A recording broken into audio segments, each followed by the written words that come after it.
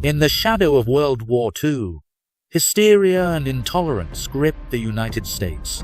Families were torn from their homes, stripped of their rights, imprisoned, and labeled a threat in their own country.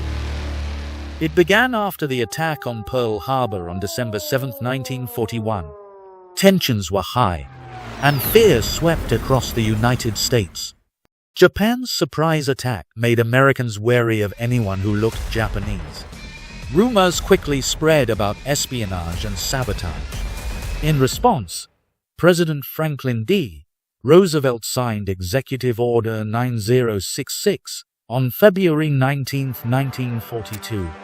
This order authorized the military to relocate Japanese Americans from the West Coast, where the majority of Japanese Americans resided at the time, to remote and isolated internment camps.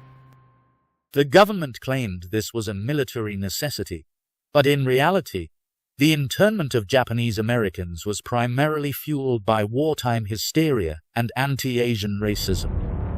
There was widespread fear that Japanese Americans were not loyal and might act as spies or saboteurs for Japan, especially on the West Coast, where a majority of them lived, and where it was believed that Japan's military was likely to invade. Before the war, racial stereotypes and anti-Asian racism sentiment had been strong in the United States. Many Americans viewed Japanese Americans as unassimilable foreigners, who stayed within their own communities, looked differently, and had a distinctively different culture than the majority of Americans. Who and how many were placed in internment camps? About 120,000 Japanese Americans, men, women, and children, would be placed in these camps. 2/3 of them were U.S. citizens, born and raised in America.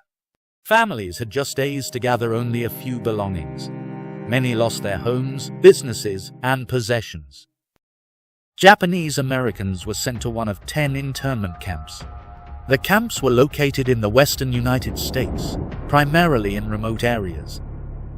They were surrounded by barbed wire and guarded by soldiers. Even though the government called them relocation centers, they were prisons.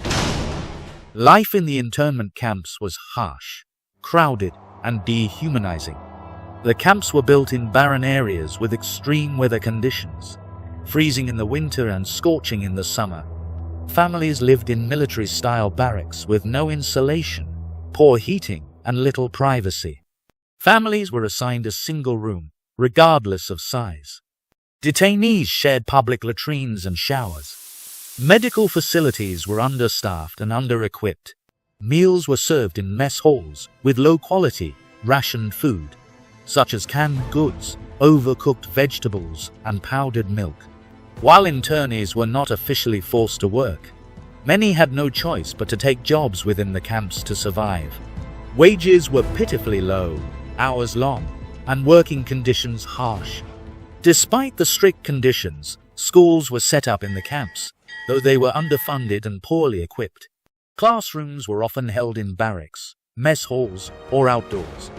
Students had limited access to books, paper, and supplies. In an attempt to force assimilation, the government pushed for Americanization in camps, discouraging Japanese culture and language. Though faced with immense challenges, the detainees tried to generate a sense of normalcy and community by creating organizations, councils, and committees. Nonetheless, emotional and psychological consequences on those imprisoned were severe. Many suffered from anxiety, depression, trauma, and loss of identity. The internment camps would last until the end of World War II. In 1944, the Supreme Court ruled in ex parte endo that loyal American citizens could not be detained without cause. Gradually, detainees were released, and the camps closed by 1946. Unfortunately, many Japanese Americans returned to find their homes and businesses gone. Years later, in 1988, the U.S. government would acknowledge that the internment was a grave mistake and unjust. That year, President Ronald Reagan signed the Civil Liberties Act, formally apologizing and granting $20,000 to surviving detainees.